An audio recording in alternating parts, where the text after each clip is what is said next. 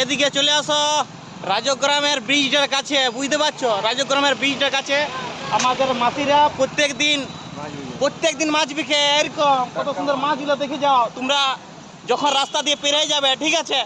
মাসিদের কাছ থেকে অবশ্যই মাছ নিয়ে যাবে। টাটকা টাটকা মাছ আছে, পুরো পুঁটি মাছ আছে, বড়ই মাছ আছে, চ্যাং মাছ আছে, বাটাই আছে, শামুক আছে, তারপর ওগুলো কি বটে, টাটকা মাছ। তোমরা তো অনেকেই জানে থাকবে, ঠিক আছে?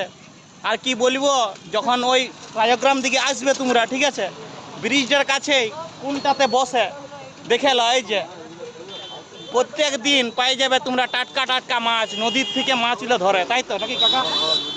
নদীর মাছ বড় তোলা। আচ্ছা, আমিও ঘুরতে ঘুরতে আইলাম এইদিকে আজকে, তাই তোমাদেরকে দেখাই দিলাম, দেখেছ?